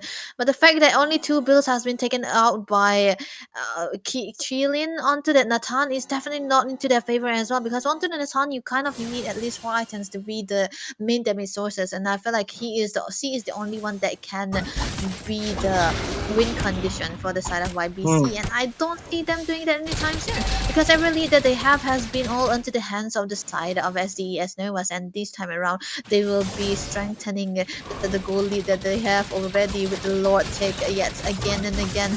Wait, actually she's on a 60 stack. I would have thought that it should be 80, but still a good one nonetheless. And the Lord already secured yet again by the side of SDES Novas. Two inhibitors still left for the side of YBC, and the Lord will be going in onto the bottom lane side. They can play these cards right and take down the turrets, the inhibitor ones. Might be the end with this Lord, or we might gonna see a defense from the side of Team YBC. They're trying their best. They're holding up till now, but the micro is too great, guys. 21 for 4, and if you're gonna talk about the goal lead, it is 10k. So everything, I mean, settle in the micro stage, but into the macro, they're also settled for that. And now a full Whoa. scum stop, a lot of damage being dished out with those tier. Inhibitor falls down. Now the chunky minions going in there. They're synchronizing the lane properly. They can go for it. And Trophy comes up as well. Dive into the charge. Traction pulse into the action as well. Roo! Legendary for Roo. Action falls down there. Slain happen now. It will be Doom. The base will be taken up. The crown will be up. It will be team. Sado Esports Novas, who will be taking out the first game into their hand. And it will be 1-0 with this BO3. Wow, what a stampede that coming through from the SDS Novas. This is the best form that they had so far. We have, and I've seen so far onto them. Rua, oh my goodness, that has been the best performance that they have been making onto that Kimi too. Zero, that's no one was there to take her down, and of course when you are onto the Kimi you are gonna have to be careful, but with the lack of assassins coming through from the side of IBC, it kind of stopping them from going in anytime soon, and I blame it onto the draft as well, because I feel like these two teams knows each other so well that they completely removed all their hero jungle hero pool. And but Clara did not care, right? She was like, I'll bring out the utility, I'll play for my mom and then my mid laner, and this is exactly what they are doing right now. A very, very mm, pristine gameplay that we have seen. The macro factor, the rotation, the engages, everything was well on point, and I feel like there wasn't anything that YBC Whoa. could do in this combination, Look at Henny. Oh my goodness, that's a lot of team participation, man. 87%. She's everywhere 87%. apparently. Yeah, she's everywhere. I mean, she and Rue were everywhere. Like Rue was the one picking out the Mhm. kills, and she was there to giving Yeah, up that, the damage, support right? for their side. Of course, yeah. I mean, this Uh, is what you need. Even 2% onto the tier. When she finds a time, she even strike the tiers as well. Nice. nice setup. The fact that her AOZs have been always on point it has been the greatest factor that SDES have. So I feel like this time around, you might want to remove that, you know. Yeah. And now, You might have like, to remove I the don't gatot, know. right? Come on. SDS have always had the gatot, so remove it. But the thing is, I really like draft already coming through from both of the sides. So, nevertheless, I feel like I gotta have to take a leave, because I feel like you might want to have a male voice for today. And yeah, I got to go and call Itami, by the way. Wait, Itami, Okay. Yeah, I'm hello, already Itami. That was here a good actually. intro.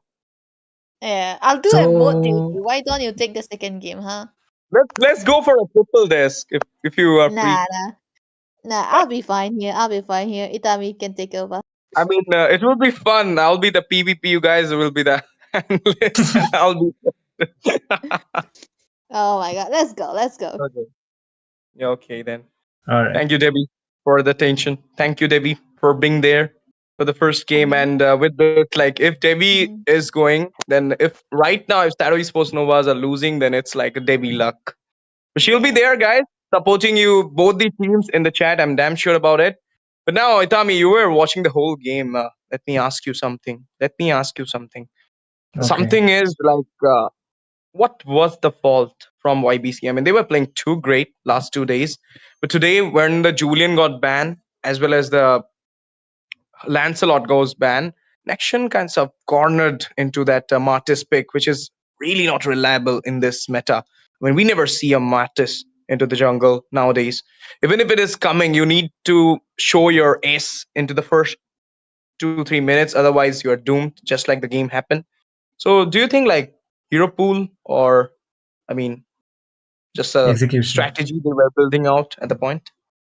I think it was the execution actually, because the Akai was picked out to just counter out the Martis, and it worked out. And the other thing was the engages right from the early, like for the side of Team Shadow Esports Novas, they had the early game kind of a draft, and they were able to just execute it really well. And it worked out onto their favor, and they made sure that YBC will not be coming up with a comeback. And speaking of the Martis pick, it was before, like 2 days before, they did pick out the Martis against, I guess it was against Team Yama Celestials, and it did work out onto their favor onto this game. So they were experimenting it out once again, but they were heavily countered by the Akai onto this game. Okay. Now we're heading into the game number two. It's more like Team Shadow Esports Novas are sitting at the passenger seat, and the driving way will be controlled by YBC. So it's more like you cannot play with that confidence at this point, because this is the match point game for, of course, for Shadow Esports Novas. And it's more like a vulnerable position for the side of YBC. They need to pull out the gameplay good, otherwise they're like knockout from the Quint Legacy. The Legacy will not be, I mean, falling for them if they're losing out this game. So Yeah. before we go, guys, I want all of you who are watching right now this game, subscribe the channel and let me know in the comment section whom you're supporting. YBC, reverse sweep, or it will be a clean sweep from the side of Team Shadow Esports Novas. And with this, the bands coming in, Kimmy, CC, Julian, once again, respect. I mean, this is so good. You're respecting out Nexion. What if she comes out with something else, Itami? This time, like Julian has always been a threat actually for Yashirin Beach Club. They picked out the Julian before, and it worked out for their favor. So just respect banning out is kind of justified as well as understandable, because the Julian pick, it's more like the comfort, and you don't want to give out the junglers one of their comfort picks. And Julian, right from the start, I believe he is really strong even before he gets his itemizations. Right from the level 3, he is able to engage a lot, so it will be helping them. It would have been helping them out a lot. But two jungler bans from the side of Team Shadow Esports Novas already, followed by a Badang as well. I think it was Team Shadow, it was Team YBC who played out the Badang onto the EXP with a damage build, and it worked out. Yeah, let's see, guys. We can see that here it is the ban onto the Esmeralda. Lancelot goes ban as well. Badang into the ban list for Shadow Esports Nova. First pick might be a Chushin. I mean, it's what looking right now. But no, YBC Althea. Yep, Althea just changed her role to the EXP. She's so good with the EXP. Itami, trust me. But what I saw from Shadow Esports Nova, like Rue, the main problem is Rue, and you banned out the Kimmy, but what she will come up with Lunox. If you go out for the Kimmy quite early, then there is a chance that she could be countered as well, because the roam position is still open for the side of Team YBC, and they can go out with a Lolita as well for that. Just for the Kimmy, if she is that big of a threat, then you can go out for the Lolita to deflect out the damage. And Shadow Esports Novas, they prioritize the Kadut Kacha, which is a flex pick for now. But Oh, most probably, I think that is going to be a roam Gatot actually. And for the side of Team YBC, prioritizing the Yuzhong, it is kind of justifies, because once the turtle spawns, if he has the Black Dragon form, then he can make sure that he is going to be zoning out the other members, including the jungler for the side of Team Shadow Esports Novas, so that they will not be able to get the objective. you know what, Itami? I believe like this Katot Kacha and this Kadita combo will little bit work there, but scaling it up, you can actually go for the Lunox here, and the Lunox pick will literally falling into the hand of YBC can change their game for them. But no, they're going with the Irithel early pick though.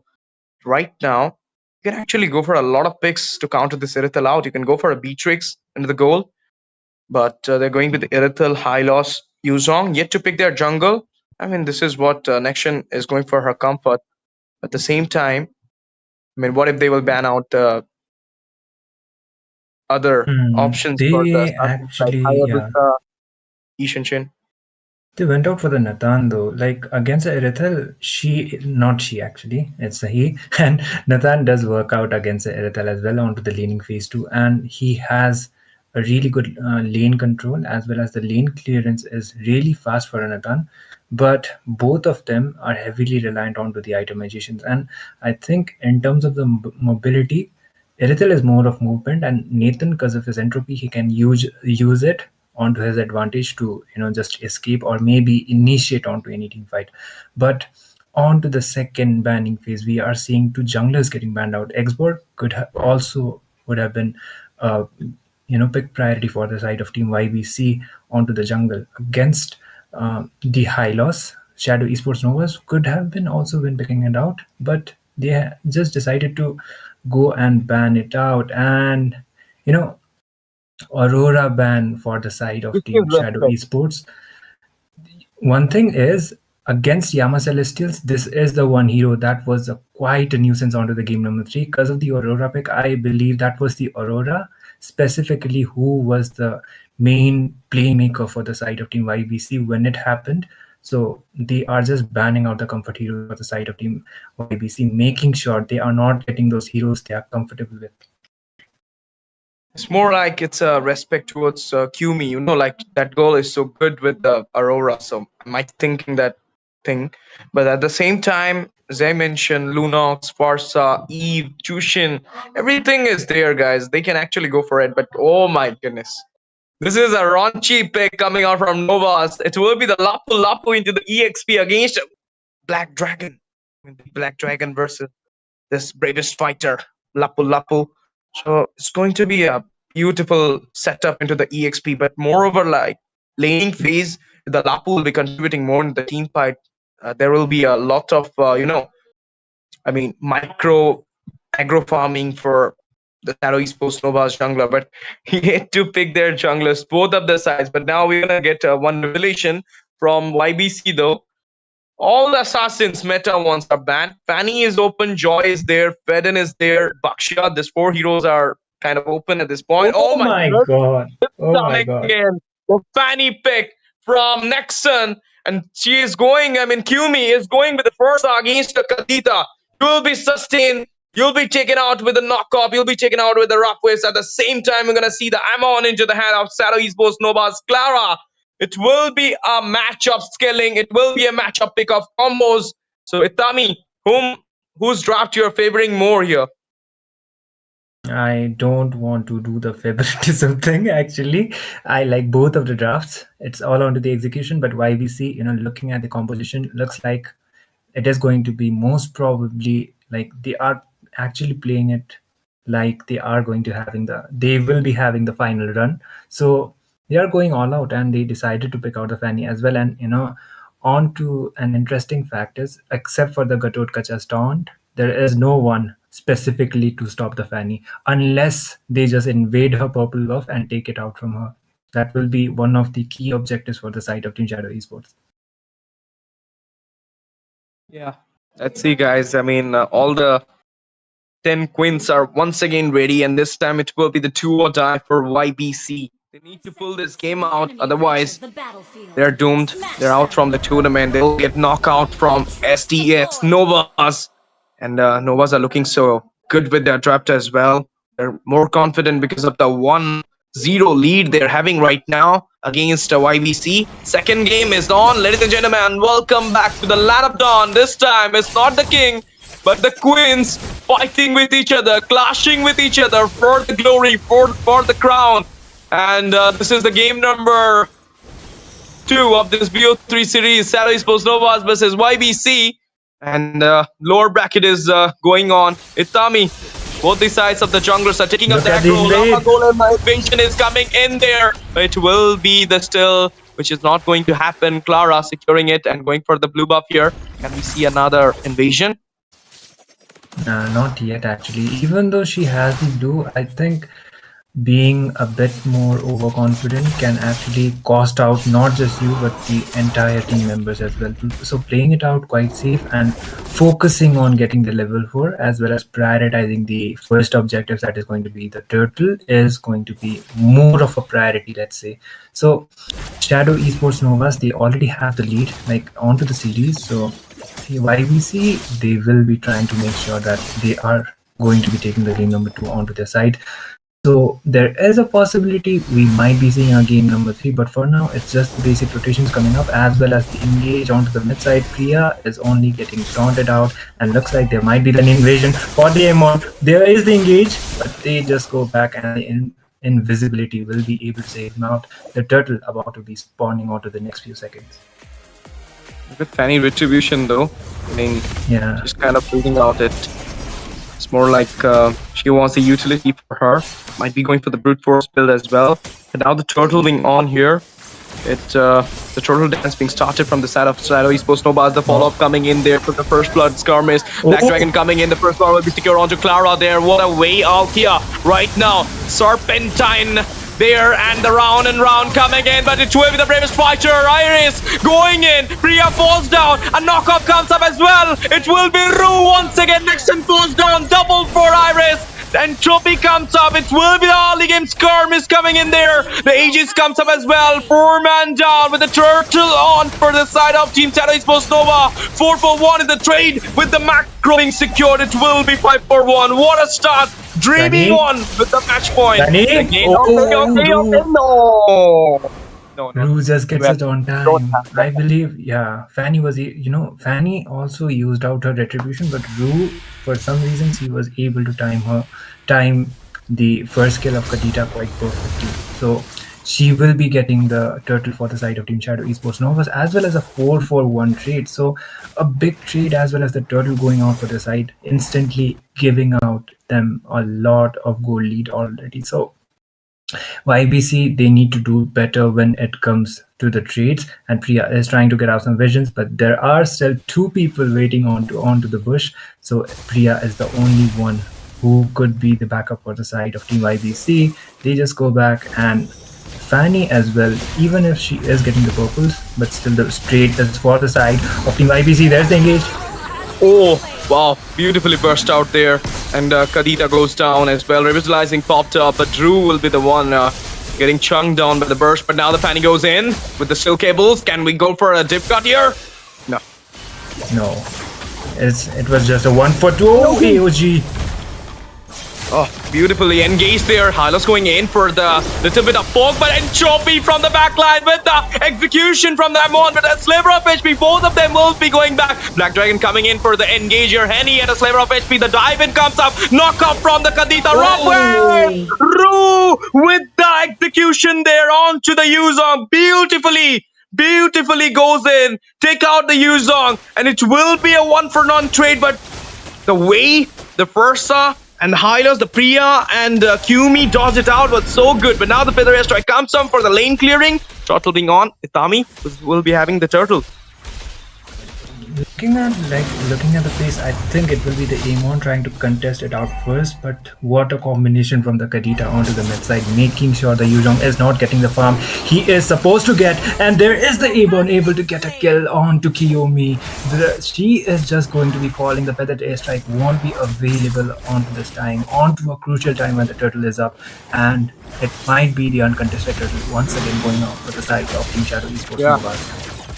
Tulin getting zoned there. Henny is right now standing out as a sustain. Hylos with the glorious pathway goes in. Priya. AOG comes up for the save here. Still, they're marking it out. I don't feel like it's an uncontested turtle. Retreat popped up this time. Nixon will be securing the turtle. They're going for a team fight. Rue will be securing a kill onto the Fanny. Henny falls down. 1-for-1 is the trade. Roamer for the jungler, but right now the Entropy comes up.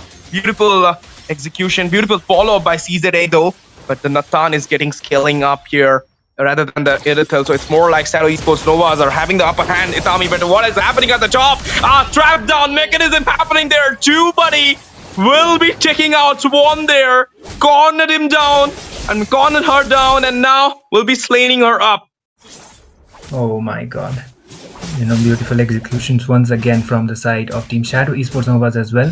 But the Feather Strike being used out by the Farsa in order to clear the lane from, a safe distance. And YBC, they are trying to find out the trades. And I think if somehow they do have the team fight kind of a composition, but the problem is the execution are still not working out. Erethel does has the goal lead compared to Shadow Esports Novas. There's the engage as well as the AOG. With the baited the AOG, we can talk about the taunt comes up for the entropy, and the rough waves got used, but this time Henny will be cornered up, will be taken down. Rue finds the kill onto Nexon, 1-for-1, instant redemption comes up by Shadow Esports Novas. And with this, they don't have the jungler though. I mean, team YBC, when the Turlod is about to come up. I mean, the third turtle though. And then to the top side, you can see the skirmish still going on there. They're trying to take out the mid here. Entropy comes up. Feather Strike as well, busting out those waves, clearing it up for the side of YBC. They will be able to clear it out though somehow. And YBC, they're trying to focus more onto the objective side, but the problem is once the engages are happening, it is Team Shadow Esports who are having the better off trades. The bravest fighter comes up. And the rough waves as well, following it up. The mega kill being secured onto Priya. AOG comes up for the zone. Now the Black Dragon coming in there, zoning out 3 people with a heavy crossbow falling up there. Once again, we're going to see that knockoff, but this time Henny is getting cornered down. He's getting chunked. The burst comes up with a Feather Strike. He's getting zoned. Henny falls down in the hand of Althea. Althea right now at a sliver of HP will be cornered down as well. He's getting a bit of anti-heal there, destroying the turret onto the off-cam scene. Unstoppable will be secured by Iris onto Althea. It will be 2-for-1 into the trade, and the macro being secured, so it's more like Team Shadow Esports Nova, was trying to do a sneaky picky backdoor split pushing, but then the entropy comes up, clearing out the minions there, and it will be Clara securing the turtle. Another macro objective for Shadow Esports Novas with a goal lead of 3k at just 8 minutes 7 seconds of the game. Yep, goal lead as well as the objective as well. They already have 3 towers onto the name, but looks like the split push will be trying to be done by the Fanny. The rough wave also did keep up, but the combination this time was not up to the point, but still she was able to secure, just able to save a tower somehow. So Erethel as well as the Nathan, look at the farm difference. It's not that actually much onto the goal lane, but the problem is with the other members. They are not able to keep up when it comes to the itemizations. And Team Yashirin Best Club, once they are trying to engage it out, there's the entropy being used out onto the Fanny. The taunt will not be connecting, and it will be another objective, another tier 2 tower just going down for the side of Team Shadow Esports. And they are invading as well. The way Henny is zoning out, it's so easy for CZA to grab up those tiers for him. I mean, for her. Of course, this is what you need. I mean, securing the macro more over there. Okay, he was not anticipating that thing. And now the glorious pathway popped up as well. Queen's Wing being acquired by Iris. They just go back. There's the UG as well, trying to just mark out the Fanny, but it won't be connecting, and it will be Nexon just escaping it out. But the problem is, on to the next 35 seconds, the Lord will be up anytime soon. Clara might be trying to engage onto the mid side. The Black Dragon might just fall, and it will be Sisa able to get a kill onto Althea. She did try to escape with the Black Dragon form, but it unfortunately didn't happen. And it actually means a big trade, considering the fact the ultimate as well as the dragon has been taken out. But Rue, Clara. Okay, Rue. Beautifully goes in there. Toss out it, but it will be overextension. Just she will be taken down easily by Nextion. And that was not needed. I mean, she was waiting for that perfect move, but then the heavy crossbow tossed it out easily, and now the knockoff didn't come up. It will be Rue taken down before the Lord. Not a good setup though. Priya zoning out properly from the behind the bush. I believe they couldn't go for this Lord here, but already game skirmish. I mean, jungle skirmish there for Shadow Esports Novas. 12-6, 1:2 the macro ratio. Yeah, as well as a 5 kill lead. So I think Team YVC won't be risking it out, trying to contest out the Lord, and it might be an uncontested Lord. Meanwhile, Fanny will just try to do the split pushes and trying to make sure that the engages might not be happening. But is this a good idea, trying to just engage it out?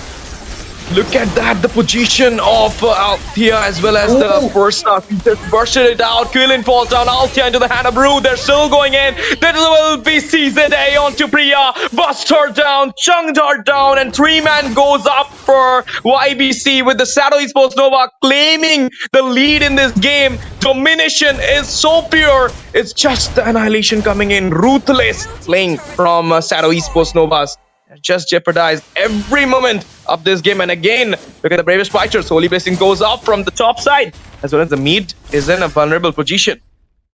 yeah, without trying to contest out for the Lord without your jungler is not a good answer, especially when you don't have the lead and the itemizations advantage for your side, and that is exactly showing up. Fanny just goes back, but okay, the taunt will not be connecting onto the Fanny for now at least, but the inhibitors are the only thing remaining for the side, and there might be a potential team fight coming up.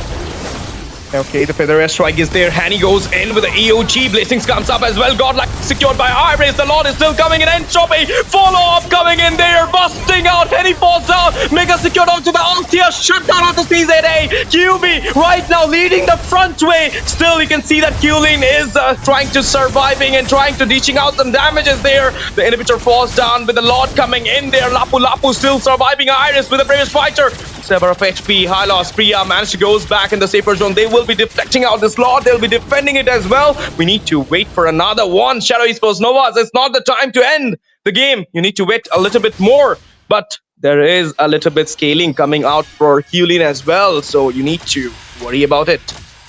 Yeah, for the side of Team Shadow Esports, I think the main objective right now, if you want to just end out the game, then you need to make sure you're marking out the Irithel, because the Irithel is the one who has the most farm for their side, and the damage as well as the kill count is not that much. So Irithel's damage is still online, and if the Hylos and the Yuzhong are able to do the zoning, then maybe a potential comeback might be coming up. But the thing for the side of Team YBC is they are nowhere near to be contesting out for the Lord, and they just lost out two of the important inhibitor towers. So the defense is definitely going to be tough, but the problem is if actually the engages as well as the overextension happens from the side of Team Shadow Esports Novas, then maybe a potential comeback might be coming up. Clara is all alone onto there waiting for the Irithel, but Hylos just gets the vision on time.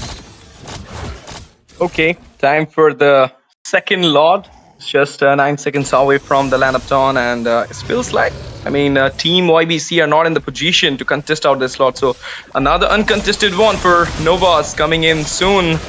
And it's more like YBC lineup is so coated, but at the same time, the execution part is kind of, not so good, I can say. Rose goal will be there into the hand of the Francis. She's going a little bit, sustained. Yeah, definitely. Like, it is going to be the second lot coming up, and they will be trying to end the game as soon as possible. So going out for sustain would be a better answer, because you are the one who is going to be the main pusher for the side of your team. So you need to make sure you will be able to position yourself well, and even if you are caught up by the Fanny, you still will be having the rose gold in order to sustain it out. But the question is, will Team YBC be able to defend this one? Because the Fanny doesn't have the blue, Irithel does has the farm, but it all depends upon the engage this time. Yeah, all eyes onto Priya and Henny, how they will be executing this fight. Predator Airstrike coming up there. Fanny goes in as well. Like the time for the locking down the base. Glorious pathway popped up by Priya there. They're still defending up their Lord. In the meantime, Clara goes in. Althea falls down. Execution happened. Entropy still dishing out a lot of damage onto the Hylos. Priya goes back as well. Sliver of HP. In the meantime, we can see that Qlin goes in. Clara falls down. But the Lord and the base will not be save up anything in here, because it will be a 2-0 clean sweep coming out from Team Novas, taking on the throne, popping out that crown, and they will be going into the next round of the lower bracket. What a game! What a massive domination from the side of Novas. I can see a Choco onto Althea. At the same time, I can see a MVP onto Iris. This is the scaling we are talking about. This is the snowball we are talking about for the two EXP laners. The way Iris channeled the team fight, the way she was giving the team fight participation was more important in this game, and the zoning was proper from Iris and Hanny. Yep, and it will be Team Shadow Esports. Like we were already mentioning it out, but what a performance, man! Like it was a complete sweep, and it was absolutely dominating performance. Like it was, let's say, it was kind of one-sided as well onto the both games, but they YBC were able to hold it out for a longer period of time compared to the first game, and they decided to go all out. But the problem was once the executions were done, it was Team Shadow Esports who were having the better trades, and they were the one who were winning onto the objectives as well. So the damage scaling as well as the engages from the Garuд Kacha was absolutely on point, and it will be Team Shadow Esports getting the victory and staying alive onto the tournaments. Meanwhile, Team YBC, they will be giving out the farewells and they will be eliminated from the tournaments. But we do hope we will be seeing them on to more future tournaments, female tournaments coming up. So I do believe this team has a lot of potential, and hopefully they will be able to, just rise it up onto that. Okay, but at this point, the game is over. The two games of the night were so beautiful, and the last one are literally so beautiful. SDS Novas finds their win. And it's time for us to say a bye to everybody because the series wrap up time is here. Tomorrow we will be joining at the same time. So stay tuned with us, guys. Follow us in our Instagram, social, Discord, WhatsApp community, everywhere to get all the infos about the next tournaments, this tournament, and previous tournament. And do visit our website, Wadram Esports Games, of course. And me, STZ with Itami, will be signing off from Queen's Legacy. See you tomorrow. Good night, everyone. Sabakir. Thank you for joining. Thank you for watching. Love you all.